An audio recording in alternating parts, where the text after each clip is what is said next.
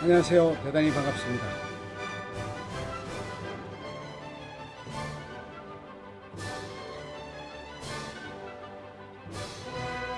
수필 읽어주는 남자 자한형 이종수입니다. 이번 시간은 46번째 시간으로 일 포스티노라는 수필을 읽어드리도록 하겠습니다. 일 포스티노. 내가 파블로 네루다를 알게 된 것은 아주 오래전 책을 통해서였다. 일본 소설 빈정의 나그네라는 것이 그 속에서 파블로라는 네 사람에 대해서 얘기합니다. 파블로 피카소, 파블로 카잘스, 파블로 네루다, 파블로 로페스. 피카소는 스페인 출신의 유명한 화가이고 카잘스는 첼리스트였다. 피카소는 입체파를 대표하는 화가였고 게르니카를 통해 스페인 전쟁의 참상을 전 인류에게 호소한 21 최고의 화가였다. 파블로 로페스는 칠레의 화가였다. 카잘스는 세계 최고의 첼리스트였고 90세에 이르기까지 매일 아침 3시간씩 첼로를 연주하면서 자신의 기량을 유지 발전시켰다는 얘기는 전설처럼 느껴졌다. 네루다는 칠레의 시인으로 노벨 문학상을 받은 이였다. 그에 관한 얘기는 영화로 나와 있었다는 것을 열정농담이라는 것에서 발견하고 그 내용을 확인하고 싶어졌다. 영화를 보았다. 마리오 역을 맡은 배우 마시오 트레이시는 영화 촬영이 끝난 후 영면했다는 후문이었다. 네루다 역을 맡은 분은 영화 천국에서 열연하였던 배우 필립 노아레였다. 세계적인 시인과 보통의 일상적인 삶을 사는 평범한 사람의 삶이 대비되면서 인생의 의미를 다시 한번 생각하게 해주는 영화였다. 일 포스티노는 아카데미상에 빛나는 영화다.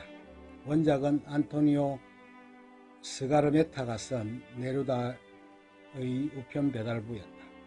영화 속의 이야기는 이탈리아의 한 작은 마을에 망명온 칠레 시인 파블로 네루다를 만나는 시골의 우편 배달부 포스티노에 관한 얘기가 펼쳐진다. 어느 날 칠레적인 시인이 이탈리아의 작은 섬 칼라 디소트에 와서 살게 된다. 이 마을에 사는 어부의 아들 마리오는 아버지의 성화에 못 이겨 이를 구하게 된다. 광고에 붙어져 있는 것은 우편 배달부를 구한다는 것이었다. 조건이 있는데 그것은 필히 가지고 있어야 하는 것이 자전거라는 것이다. 우체국의 면접을 통해 마리오는 우편 배달부로 취직하게 된다. 그리고 그가 해야 하는 일은 네루다에게 우편물을 배달하는 일을 하는 것이다. 네루다는 유유자적하게 생활하면서 마리오와 친해져 간다. 우편물을 배달하면 꼭 팁을 챙겨주었다. 시인은 시에 관해 설명해주고 언유를 이해시킨다. 소위 말하는 메타포, 언유라는 것을 처음 들어본 마리오는 시에 관심을 갖게 되고 시인의 시집을 열심히 탐독한다. 시인은 자신의 음성을 녹음해 고국에 보내면서 마리오에게 성의 아름다움에 대해 얘기하라고 독촉한다. 그러자 그는 베아트리체 루소라고 한 답변하고 섬의 아름다움을 표현해내지 못한다. 훗날 그는 이를 위해 각종 섬의 소리를 담아 그에게 보낸다. 어느 날 술집에 들른 마리오는 술집 외주인의 조카인 베아트리체 루소라고 하는 제물에 합류했다. 그리고 그런 내용을 시인에게 실토한다. 나는 사랑에 빠졌습니다. 열병에 휩싸였습니다. 마리오는 시인에게 베아트리체를 위한 시를 한 편 써달라고 요청한다. 그러자 시인은 그와 함께 주점을 방문한다. 베아트리체의 숙모는 짓불도 없는 주제의 조카를 넘보는 마리오가 탐탁지 않다. 그래서 네루다를 찾아간다. 그리고 결코 마리오가 베아트리체를 찾지 않도록 해달라고 당부한다. 한 달여 동안 마리오는 지극정성으로 베아트리체를 사모하고 유혹한다. 그리고 베아트리체를 만나본다. 두 사람은 결국 결혼에 꼴이 난다. 그런데 신부는 공산주의자인 시인의 본인 정연으로 나서는 부분에서 갈등한다.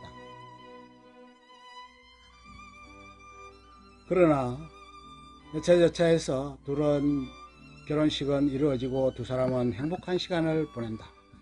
시인은 한 통의 편지를 받는다. 그것은 칠레로 돌아와도 된다는 내용이었다. 시인은 여장을 꾸리고 칠레로 되돌아간다. 시인은 마리오와 작별을 구한다. 시인은 마리오에게 선물을 주고 마리오는 편지를 해달라고 한다. 마리오는 아들을 낳기 얼마 전 반정부 시위에 참여했다가 시위 진압 과정에서 압살을 당하고 만다. 시인이 떠나자 우편 배달부 일을 그만두게 된 마리오는 주점의 주방에 일을 하면서 생활한다. 마을의 전기를 놓기 위해 의원에 출마한 이가 전기공사를 위해 인부 20명을 데리고 와서 숙식을 하며 주점을 활기차게 만났다. 하지만 얼마 후 계약도 없이 공사가 중단되는 바람에 주점은 경영에 애를 먹게 된다. 칠레에서 편지가 와서 시인의 물품을 칠레로 보내달라는 시인의 기서의 편지였다. 그는 정성을 다해 노공기에 섬의 아름다움을 담는다. 아버지의 서글픈 그물과 나뭇가지에 부는 바람 파도소리, 절벽에 부는 바람소리, 아기의 심장박동소리, 밤하늘에 총총히 빛나는 별 등도 담는다. 시인은 러시아를 방문하기도 하고 프랑스를 방문하기도 한다. 그러던 짜여 시인은 어느 날 주점을 찾는다. 그리고 마리오의 얘기를 야대체 루스로부터 듣는다. 그리고 세상에 잠긴다. 시인은 이후 노벨 문학상을 수상한다. 그는 노벨 문학상 수상 연설에서 이렇게 얘기했다. 여명이 밝아올 때 불타는 인내로 무장하고 찬란한 도시로 입성하리라 라는 랭보의 말을 인용했다. 저는 지리적으로 철저히 격리된 나라에 알려지지 않은 한 지방 출신입니다.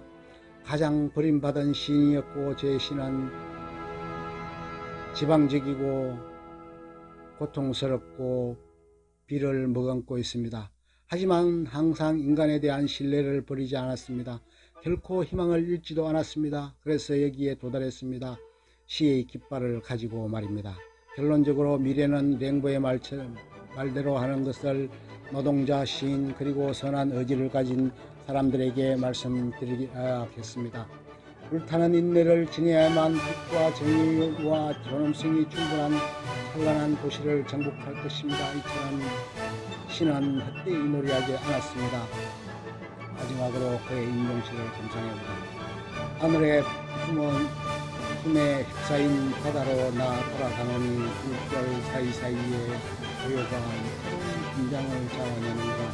새로운 파도가 이를 깨뜨리고 무한의 소리가 다시 울려 퍼질 그때까지 오해 삶은 쓰러지고 피는 침잠하련다. 끝. 좋으면 좋아요, 구독 눌러주세요. 감사합니다.